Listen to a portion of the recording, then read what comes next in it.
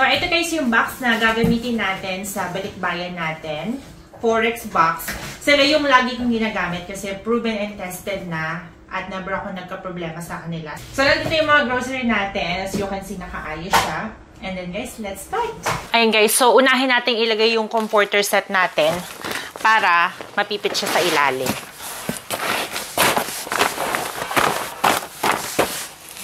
Ayan o. Saktong-sakto, parang sinukat. Tapos, isunod natin yung mga dilata. Yung ating mga ravioli.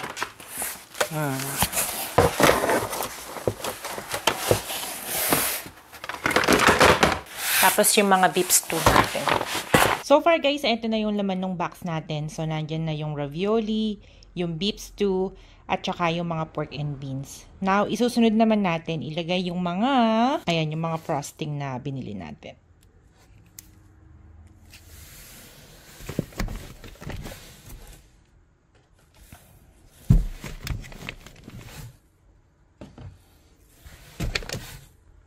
Ayan, so nalagay na natin lahat ng frosting. And then, dun sa side na to guys, ilagay natin yung ating mga syrup.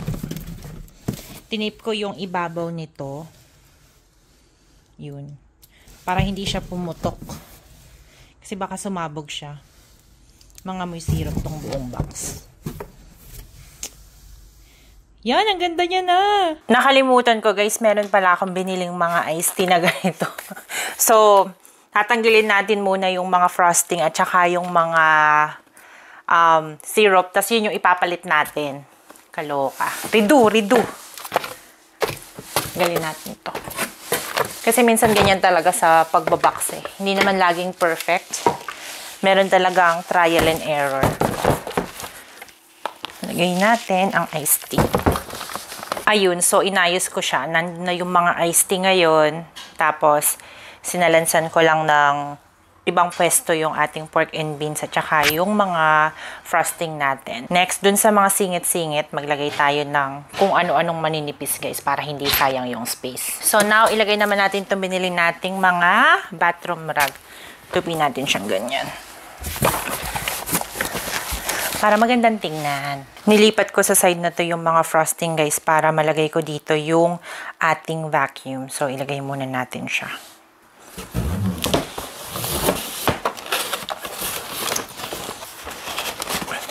Ayun.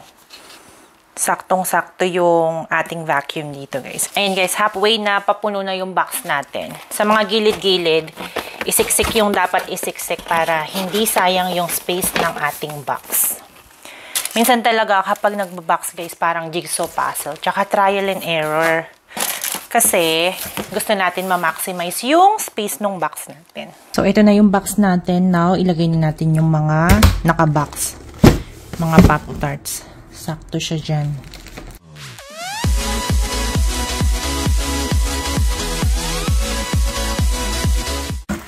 So guys, next natin ilagay yung ating mga noodles. So, gawin natin siyang parang wall dito sa gilid.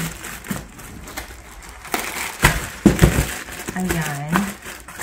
Tapos dito sa space na to, dito natin ilagay yung ating mga chocolate mix.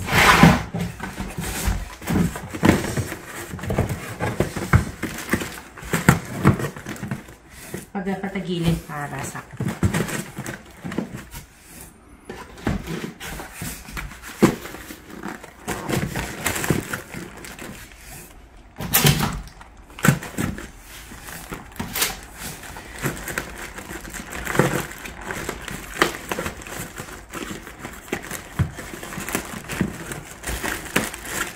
you know, parang sinukat.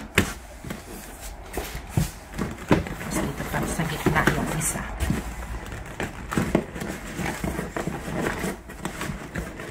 Wow! Perfect na perfect. Tapos lagay natin yung ating mga popcorn. Look.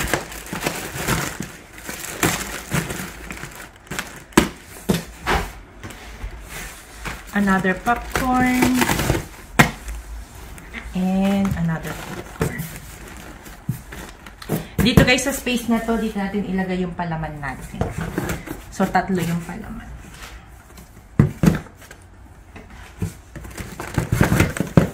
So, guys, ito na yung ating box so far.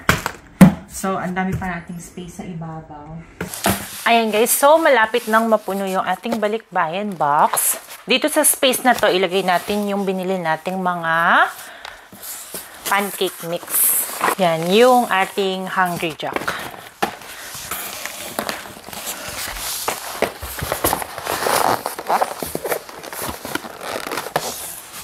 Tapos dito, lagay natin yung ating, ayan, ilagay natin to. Yung dino egg dito sa side na to.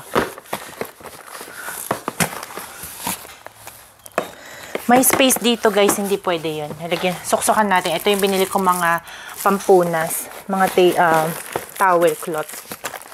Ayan, ang perfect. May space tayo dito. So, siksikan natin yan ng mga damit.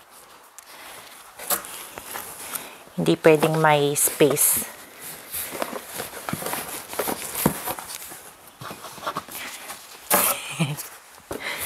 Yan. Yun. Next, guys, ilalagay natin tong mga lightsaber. Meron ako mga lightsaber na binili sa mga pamangkin ko. Ayan siya. Yung parang medyo pang matanda ng konti.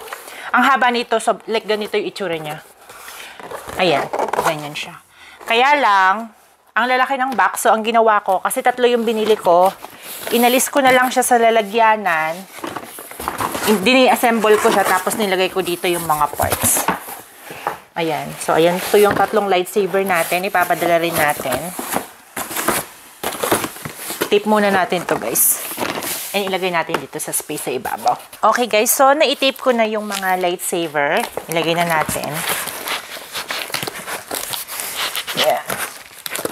Saktong-sakto para sinukat. So, ito pa yung space na natitira. Tapos, ilagay natin yung bell beater. May mga pangalan yan. Nilagay ko ng pangalan para dun sa mga kapatid ko. There you go. Hindi level yung ilalim, guys. Masyadong mataas. Ito, tumatabi siya. Nakaslant na ganyan. So, inalis ko muna siya. Ilalagay ko tong boodle board natin. Tapos, ito ating pancake mix. Tapos, itong ating cake mix. Ayun. Hindi pwedeng maiwan. Kasi nakabilang yan. Magtatampo yung isa. Pag wala siya. So, ayan. Lagyan na natin yung ating mga towel sa singit-singit. Tapos, pwede na natin itong ilagay. Yun. Perfect. So, last 3 things na kailangan nating ilagay, guys. Ito, pangsara. Yung ating duffel bag. 2. Pinagpalit ko yung duffel bag, guys. Dito siya sa ilalim. Yung duffel bag. Tapos, ito yung ilalagay natin sa ibabaw. Tapos, yung rug. Yan, ginawa ko na lang siyang siniksik ko talaga siya ng todo. May konting space ako dito. So, kukuha pa ako ng damit. Lalagay ko dun. So, ayan na, guys. Eto na. Tapos na tayo mag-pack. Eto na yung damit na sinasabi ko. So, pinili ko lang yung gap dito para saktong-sakto siya. Punong-puno. And then, isasara lang natin itong ating box. Ayan na, guys. So, tapos na natin siyang lagyan ng duct tape. So, papalibutan na lang natin to ng clear tape. At ready na natin siyang ipadala sa Pilipinas. And, eto naman, guys, yung pangalawang box na binalot ko. So, eto, guys, sa kwarto ko na siya ginawa. At ipapakita ko sa inyo kung paano ko pinuno yung aking second box.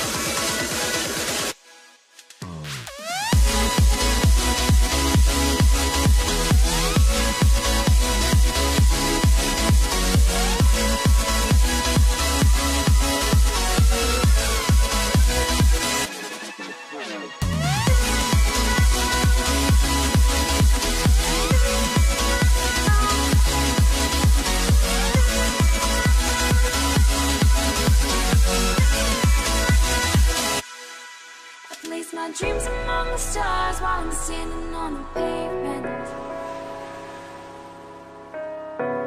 spinning around, lost and found, just trying to make a statement. Lift the weight off my shoulders, set me free. Let the birds in the sky is where I'd like to be.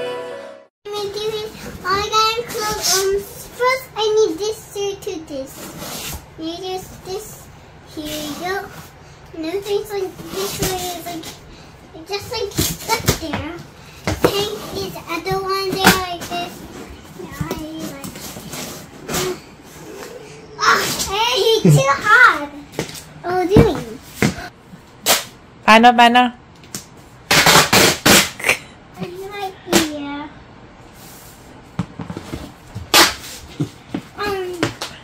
And that is it, guys. Thank you so much for watching. Sana nagustuhan nyo tong video na to. At kung meron pa kayong mga video na gusto nyong makita dito sa channel ko, please comment below para alam ko rin yung mga videos na nagugustuhan nyo. If you haven't yet, please subscribe to my channel. Thank you so much again sa panonood and I will see you on my next video. Bye!